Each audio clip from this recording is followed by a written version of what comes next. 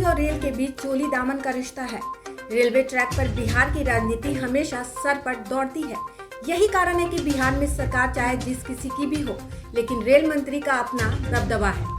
बता दें कि चुनावी वर्ष से ठीक पहले एक बार फिर से बिहार में रेल पर चर्चा तेज हो गई है।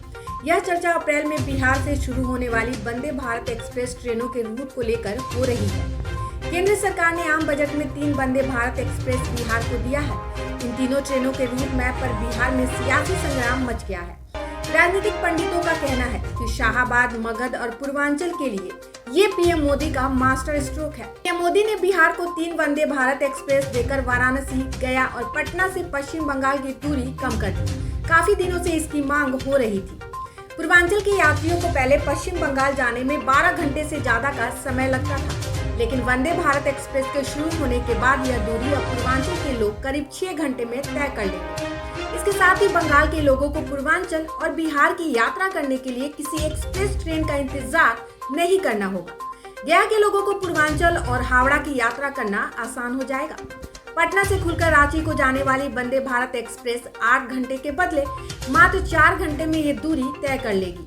अभी पटना से रांची के लिए एक जन शताब्दी एक्सप्रेस चलती है जो 8 घंटे में रांची पहुंचाती है। केंद्र सरकार ने अपने इस मास्टर स्ट्रोक से एक साथ कई क्षेत्र को साध लिया है। वहीं राजनीतिक पंडितों का कहना है कि मोदी सरकार अपने इस फैसले से पूर्वांचल के व्यवसायियों को खुश कर दिया है, क्योंकि मोदी सरकार का पूर्वांचल के व्यवसायियों का पश्चिम बंगाल से व्यापारिक कनेक्शन और बिहार से जुड़ा है। केंद्र सरकार ने 3 वंदे भारत एक्सप्रेस ट्रेन देकर इन क्षेत्रों को राजनीतिक रूप से साध लिया है। वहीं इसका असर आगामी लोकसभा चुनाव में दिखेगा। बिहार की राजनीति को समझने वालों को वर्ष 2020 का विधानसभा चुनाव तो याद ही होगा। सीएम नीतीश कुमार भी तब एनडीए का हिस्सा थे, लेकिन मगध और शाहाबाद में एनडीए का प्रदर्शन बहुत ही खराब था। मगध और शाहाबाद में एनडीए 37 सीटों पर चुनाव लड़ी थी। इसमें मात्र 6 सीटों पर ही एनडीए की जीत हुई थी। बीजेपी ने तब इसकी समीक्षा करने की बात कही थी। कहा जाता है कि बीजेपी आला कमान ने उसी वक्त से मगध और शाहाबाद को अपने टारगेट कर रखा था। एक वंदे भारत एक्सप्रेस को गया से शुरू करने के फैसले को अब उससे ही जोड़कर देखा जा रहा है, क्योंकि बीजेपी को पता है कि मगध फतह करने के बाद ही हम बिहार फतह कर सकते हैं। यहाँ से बीजेपी को अच्छी खासी सीटें मिलने की उम्मीद भी है। वैसे भी गया के लोग बहुत दिनों से पश्चिम बंगाल के लिए डायरेक्ट ट्रेन की तलाश में थे। मोदी सरकार ने उनकी ये तलाश पूरी कर दी है।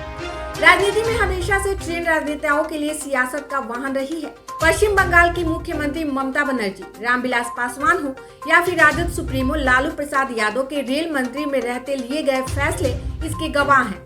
रेल मंत्री रहते इन लोगों ने अपनी मर्जी से ट्रेनें शुरू की। रेल और राजनीति का संगम ऐसा बना कि इसका संसद में विरोध भी शुरू हो गया।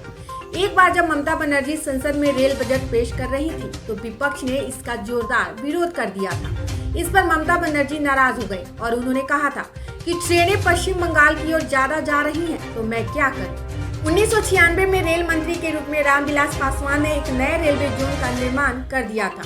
2 जोन को काटकर उन्होंने पूर्व मध्य रेलवे का निर्माण कर दिया था। इतना ही नहीं, उन्होंने इसका मुख्यालय भी अपने गृह निर्वाचन क्षेत्र में रखा था।